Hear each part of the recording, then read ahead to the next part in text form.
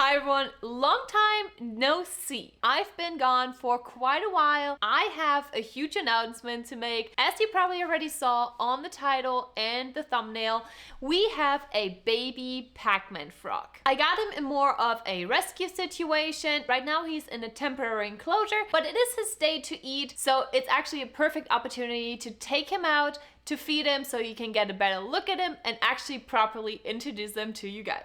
I'm currently housing him in this large critter keeper, but I actually have a tank that I'm going to be setting up for him, which is obviously way larger, right behind you, but this will be for another video. Whilst generally speaking, you should never handle your Pac-Man frog, I am going to do so because today is his feeding day. So I'm going to take him out, and for that, I have some gloves. You should never hold your frog with bare hands because you have some oils and stuff on your hands. Because frogs actually absorb liquids and everything through their skin. They also breathe through their skin. I feel like a doctor. Actually, I'm gonna wear another one too. Why is it so weird to wear gloves? I think it's like a sensory thing. I really hate wearing gloves. I am actually going to put him into a small critter keeper. I have a spray bottle here with spring water and I'm just making it moist. I already cleaned it out. Get the lid off. Come on. Here is the setup. You can see he definitely buried here everywhere. Since it is his feeding day, he is definitely alert. So I have to be careful that he's not going to jump on my finger. What you do whenever you get a Pac-Man frog out, you should always go from underneath. Oh, look at him. Make sure that you have him because you do not want him to jump out of your hand, and you place him in this box.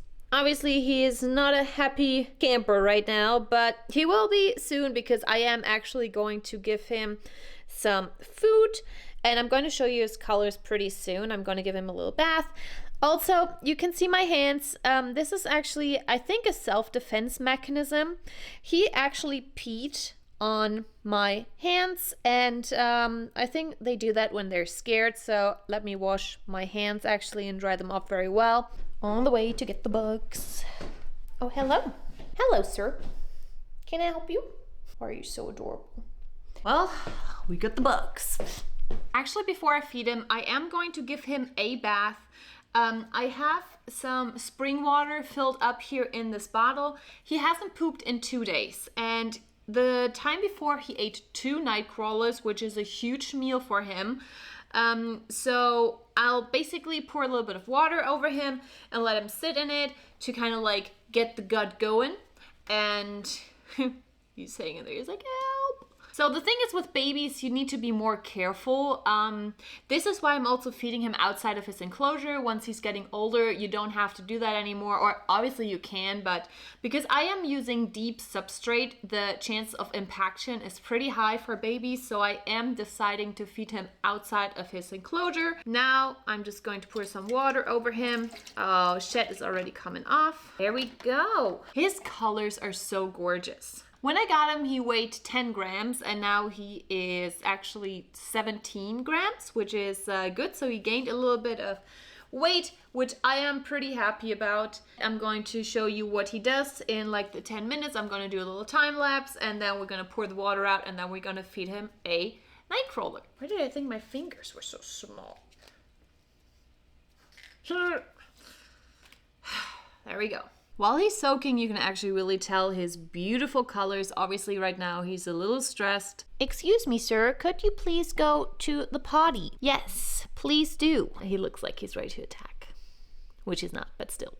I see his shed. His shed is right over here. Well, I actually thought this would have been more entertaining for you guys to watch, but for 5 minutes, he was literally just sitting there and doing absolutely nothing.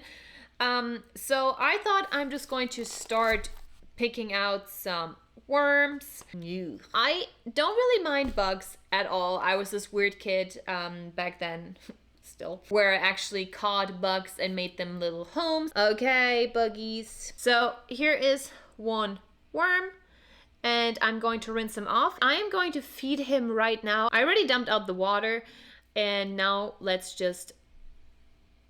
He was trying to bite the air. Let's move this aside, put this back in the fridge. So let's move him close here. Oh my God, no, no, no, no, no. What are you doing? Eek. Get back in there. You're in timeout. Hello. Let's get the juicy worm out of here. You want the worm? Oh. Oh, hello. Oh, you want the worm? Oh, there you go. And he got the worm. It's pretty funny because the front looks like he has 2 vampire teeth, which I think is pretty cool. Oh, that was a good gulp. Now we're actually going to give his temporary tank a little overhaul, disturb the substrate a little bit, give him new water, and then we're going to put him in. He would probably not come out for 2 days. We have our little buddy right over here. I have my gloves for handling him. I do a spot clean this tank pretty frequently. Every time he changes holds or I see a turret. Mostly he goes into his water dish, which is pretty good. Now I'm going to wash out his water dish and these tweezers, and then we're going to put it back and fill it up with water. After I washed this off, I've made sure that the bottom is nice and squeaky clean. I'm using spring water. You can go into a store, you can buy a gallon full of spring water. I fill it in my spray bottle and in another container, just so I have it on hand. And now it's actually time for, oh my god, what a nice surprise. He left us a poop. Well, better in here than in his enclosure. Please don't step in it. Please don't step in it. Well, he was stepping all over in his poop, so I put a paper towel down there. I am going to put my gloves on, and then we're going to put him back in his temporary enclosure.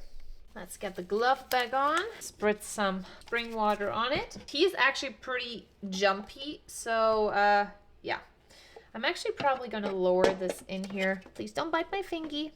Thank you. I'll jump in there. Oh, well, that was a nosedive. Our little buddy is back in his enclosure. He definitely did a nosedive, so his nose is a little dirty. He has fresh substrate and fresh water. If you have a name for him, just please let me know. Maybe like a geeky name. And that is our new friend, guys. I was waiting a little bit to introduce him to you because I was a little hesitant because sometimes they can come down with sicknesses, and because he was more or less a rescue situation, I just wanted to make sure that he settled down, that he was eating regularly, and he does. So now I feel comfortable introducing him to you guys. I hope you enjoyed this video. In the coming videos, I'm going to teach a little bit more about Pac-Man frogs, and we're going to do a whole, obviously, permanent tank setup for him. This is a temporary setup. I have the setup behind you guys. So this will be in an upcoming video, as well as some upcoming adoption of a different animal, which you guys are probably never going to believe what it is. It's going to take up basically this whole entire space here.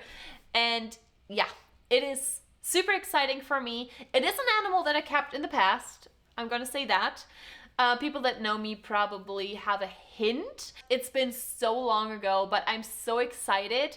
And again, nothing is set in stone right now. Let's hope the adoption goes through. We're definitely going to show this on this channel. Don't worry, aquarium content will be coming your way as well.